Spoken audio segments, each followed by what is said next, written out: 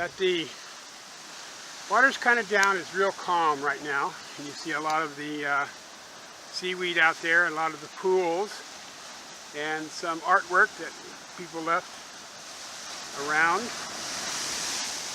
And what I'd like to show you is over here as we walk through the lava. So this lava here, I'm going to say in a different video, this is Oi lava. Very smooth, very walkable. And the other lava, the real thick lava that is very pointed, very rough, looks very moonscape, uninviting. That's called A'a.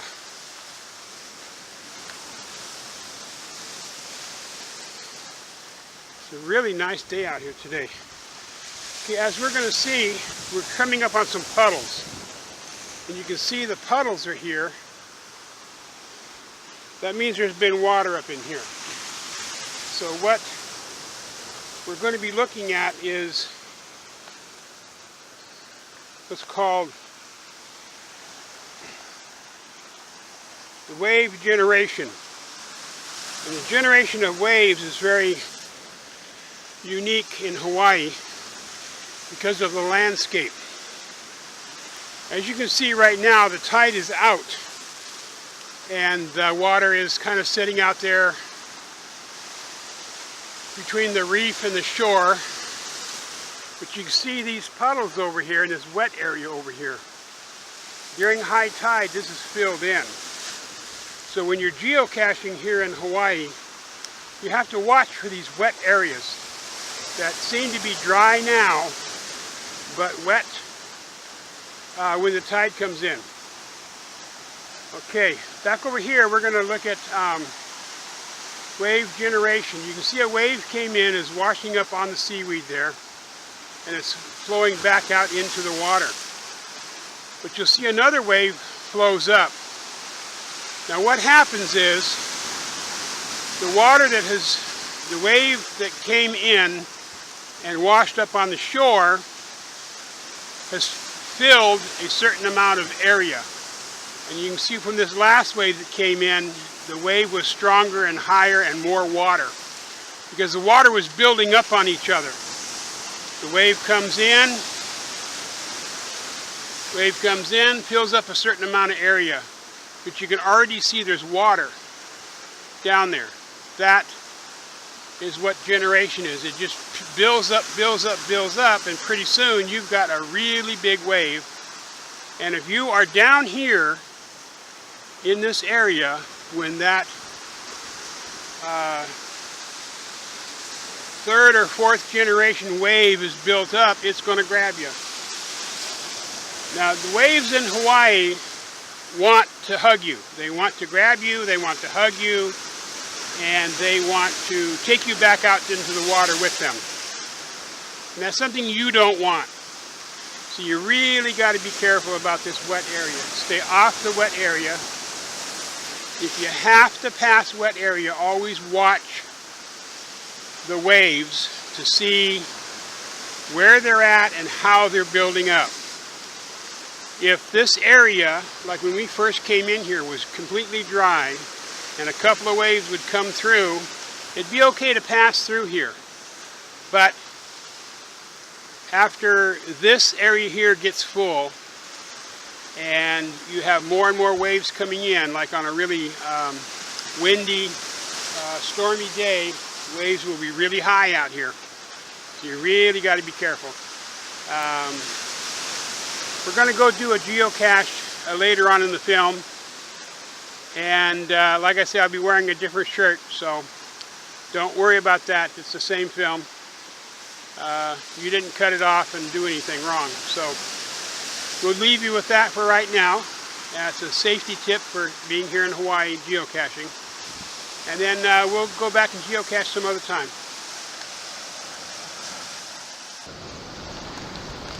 Okay, one of the things you want to stay away from also is you want to stay away from rock areas like this. You have rock areas like this, that's the trip and fall zone. You don't know which rocks are loose, which rocks are stable. So as soon as you step on one, Murphy's Law is it's going to tip over on you, you're going to get hurt. And lava could cut you real quick. Better choice is to take the paths like I took here and walk around the rocks as best you can. Take the nice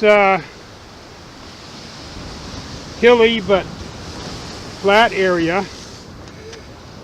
Okay, now we got to walk across some rocks here. That's kind of a gimme. Somebody was trying to build a rock stand here but didn't make it. If you look at this lava right here, this ropey looking putty or cake mix looking lava, that's called pahoehoe. Pahoehoe. That's a soft, oozing lava that just kind of, you pour cake batter out on a sheet pan, it'll look kind of like that and then it'll spread out, but lava hardens pretty quick. Okay, so let's carry on.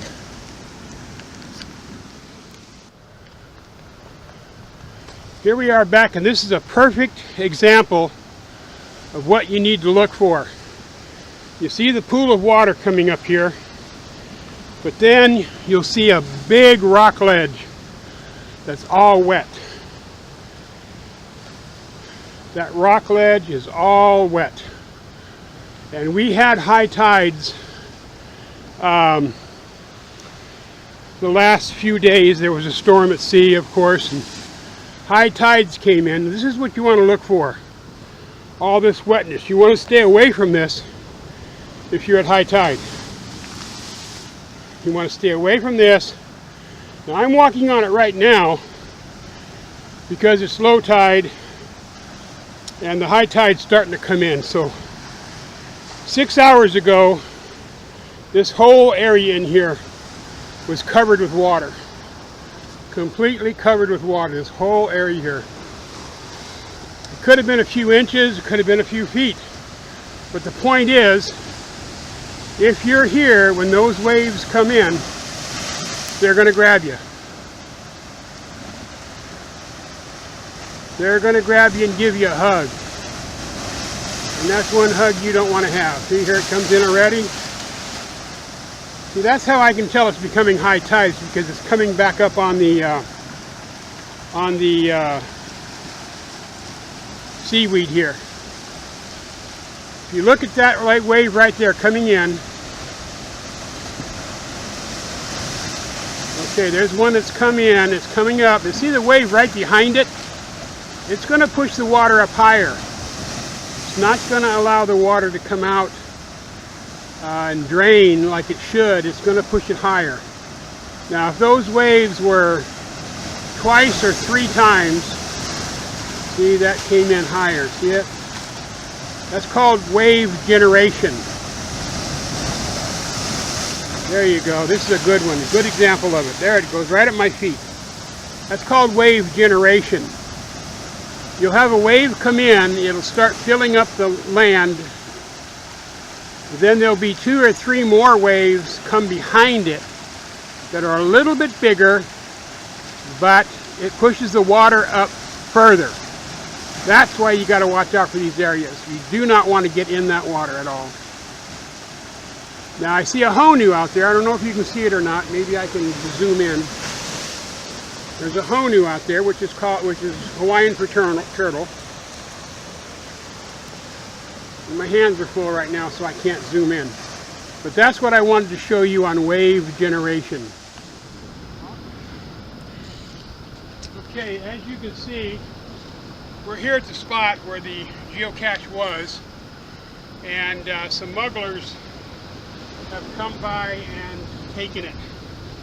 It's nowhere around here, so I'm going to reset this somewhere else. Hopefully the smugglers won't come and take them away.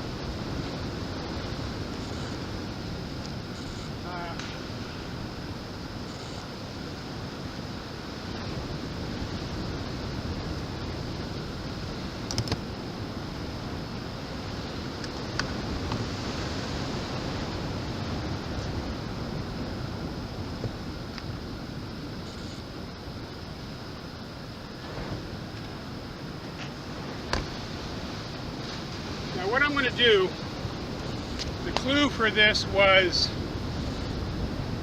standing rocks stacked on top of each other. I've moved it over to here. So what I'm going to do is stack the rocks.